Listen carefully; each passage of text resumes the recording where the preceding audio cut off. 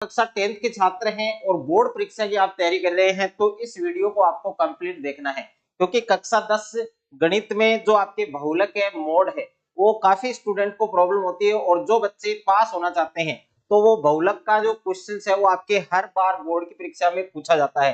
तो इस क्वेश्चन को हम किस प्रकार से सोल्व करेंगे ताकि बोर्ड एग्जाम में पूरे नंबर आप बना सकते हैं। तो पूरे नंबर लाने के लिए जो फुल कॉन्सेप्ट मैं आपको बता रहा हूँ उसी तरीके से आपको करना है। अगर आप जो तरीका मैं आपको बताऊंगा उसी तरीके से अगर आप बहुलक का क्वेश्चन सॉल्व करेंगे तो आपको पूरे नंबर है वो मिलेंगे। तो किस प्रकार से बहुलक का क्वेश्चन है वो हमें सॉल्व करना है, यानी बहुलक का जो क्वेश्चन है वो हम किस प्रकार से ज्ञात करेंगे। तो देखिए इस प्रकार का क्वेश्चन है वो आपको बोर्ड की क्वेश्चन पेपर में आपको मिलेगा। निम्न बारंबारता बटन का बहुलक ज्ञात कीजिए।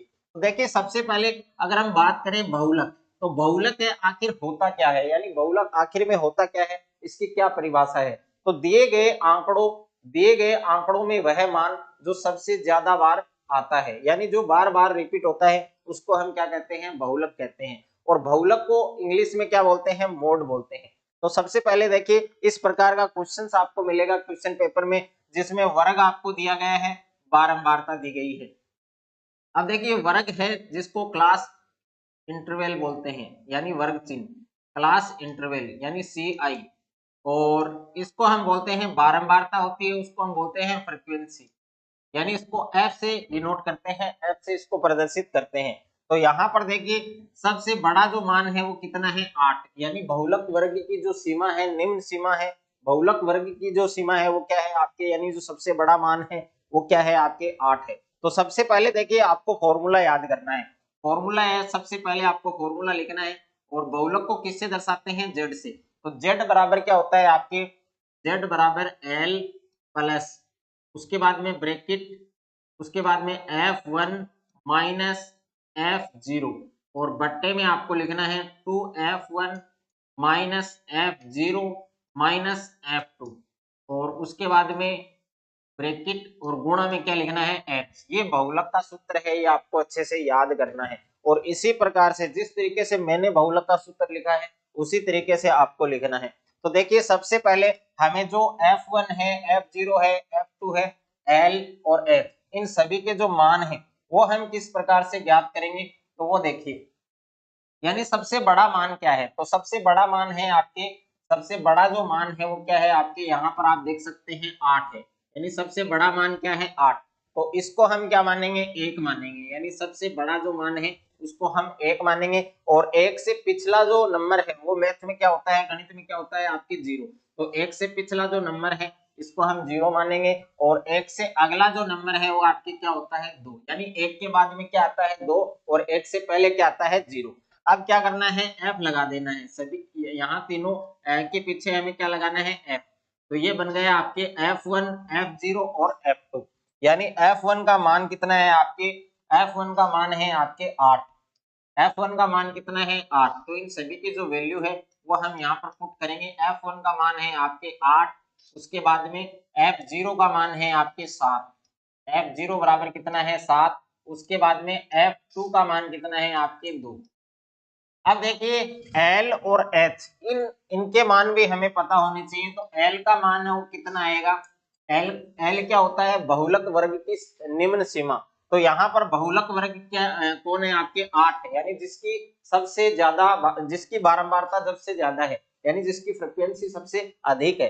तो यहाँ पर सबसे बड़ा नंबर कौन है, 8 है, यानी ये बहुलक वर्ग है। तो इसकी निम्न सीमा हमें लेनी है। तो देखिए वर्ग अंतराल में ऊपर जाना है आपको, यहाँ पर वर्ग अंतराल आप देख सकते हैं 3 से 5 है। ओके, यानी ये आपके बहुलक वर्ग है, ये आपके क्या है, बहुलक वर्ग। और बहुलक वर्ग की जो निम्न सीमा है वो क्या है, 3 है। तो यहाँ पर L का जो मान है वो कितना होगा आपके, L का मान है आपके 3, L का मान कितना है 3। और H, अब देखिए H का मतलब क्या है, बहुलक जो वर्ग अंतराल है, वर्ग अंतराल के बीच का अंतर। तो वर्ग अंतराल, सभी वर्ग अंतराल आप देख सकते हैं, यहाँ पर 1 से 3 दे रखा है, तो 3 में से 1 घटाएंगे तो कितना बचेगा 2, यानी इनके बीच का अंतर कितना है 2। यहाँ पर देखिए 5 में से 3 घटाएंगे तो कितना बचेगा 2, तो इनके बीच का अंतर भी कितना है 2। और 7 में से 5 घटाएंगे तो इनके बीच का अंतर भी कितना है 2। 9 में से 7 घटाएंगे तो इनके बीच का अंतर भी कितना है 2।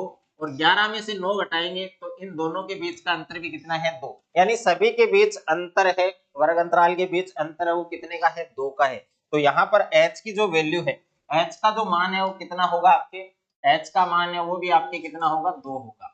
अब इन सभी मानों को हम क्या करेंगे, ये जो फॉर्मूला है बहुलक ज्ञात करने का, ये जो सूत्र है, इस सूत्र में हम सभी मानों को पुट करेंगे। तो यहाँ पर देखिए z बराबर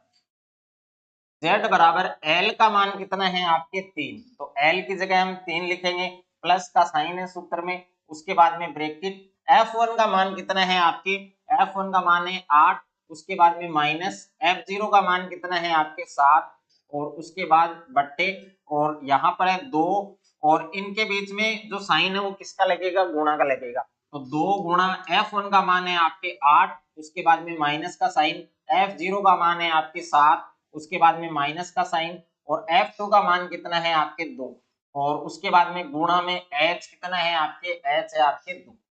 ये करने के बाद हमें क्या करना है, इसको सोल्व करना है, इसको हम क्या करेंगे, सोल्व करेंगे। तो यहाँ पर देखिए Z बराबर 3 प्लस, अब देखिए 8 में से 7 को माइनस करना है, 8 में से 7 घटाएंगे कितना बचेगा, 1 बचेगा। अब 2 को 8 से गुणा करेंगे तो ये बनेगा 16, और यहाँ पर आप देख सकते हैं दोनों नंबर माइनस माइनस में है, तो जब दोनों नंबर माइनस माइनस के हो तो वो क्या होते हैं, जुड़ते हैं यानी ऐड होते हैं, और जो साइन है वो किसका आता है, माइनस का। तो माइनस का 7 और माइनस का 2 कितना बनेगा, माइनस का 9 बनेगा, और गुणा में कितना है आपके 2। अब देखिए इसको आगे हम सरल करते हैं, तो यहाँ पर देखिए z बराबर 3 प्लस, अब 1 को हमें 2 से गुणा करना है, यानी जब 1 को हम 2 से मल्टीप्लाई करेंगे, गुणा करेंगे तो ये ब्रैकेट हट जाएगा, तो 2 को 1 से गुणा करेंगे तो 2 बनेगा, और बट्टे में 16 में से 9 घटाना है, कितना बनेगा, 7 बनेगा। अब इसको सरल करते हैं, तो यहाँ पर देखिए z बराबर, यानी z बराबर 3 प्लस, अब 7 को किससे डिवाइड करना है, 2 से डिवाइड करना है, यानी 7 का भाग किसमें देना है, 2 में देना है। तो यहाँ पर देखिए रफ में आपको भाग देना है, 7 का भाग देना है 2 में, तो भाग नहीं जाएगा क्योंकि ये छोटा नंबर है 7 से, तो यहाँ पर पॉइंट लगाएंगे, यहाँ पर 0 लगाएंगे, अब भाग जाएगा। तो 7 की जो टेबल है, यानी 7 का पाड़ा बोलना है आपको, तो 7 दूनी 14, यानी 2 बार जाएगा भाग, कितना बचेगा शेष, 6 बचेगा। अब यहाँ पर पॉइंट हमने ऑलरेडी उतार रखा है, तो यहाँ पर 0 हम उतार सकते हैं। अब 7 की टेबल बोलनी है, 7 का पाड़ा बोलना है, तो 7 को 8 56 होगा आपके, और कितना बचेगा, 4 बचेगा, यानी पॉइंट के बाद में 2 डिजिट आने चाहिए, तो पॉइंट के बाद में ऑलरेडी 2 डिजिट है यहाँ पर, तो पॉइंट से पहले क्या लगाएंगे, 0, यानी इस 7 को जब 2 से डिवाइड करेंगे तो ये कितना आएगा, 0.28।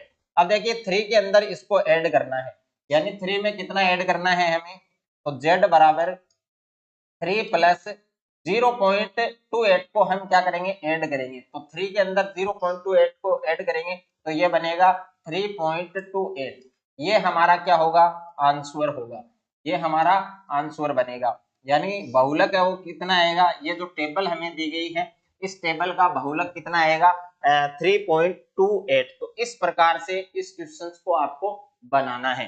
तो इसी तरीके से आपको बोर्ड की कॉपी में करना है। अगर आप इस तरीके से बहुलक का क्वेश्चन करके आएंगे तो पूरे 4 नंबर आपको मिलेंगे, और ये क्वेश्चन सभी बोर्ड में हर बार ये क्वेश्चन पूछा जाता है, किसी बोर्ड में 4 नंबर का आता है, किसी बोर्ड में 5 नंबर का आता है, तो सभी बोर्ड के बच्चों के लिए है, 10th के बच्चों के लिए है, क्योंकि 10th का जो पेपर आएगा मैथ्स का, उस मैथ्स के पेपर में ये बहुलक का जो क्वेश्चन है वो आपको 100% आपको देखने को मिलेगा। तो इसी प्रकार से ये बहुलक का क्वेश्चन है, ये आपको बनाना है।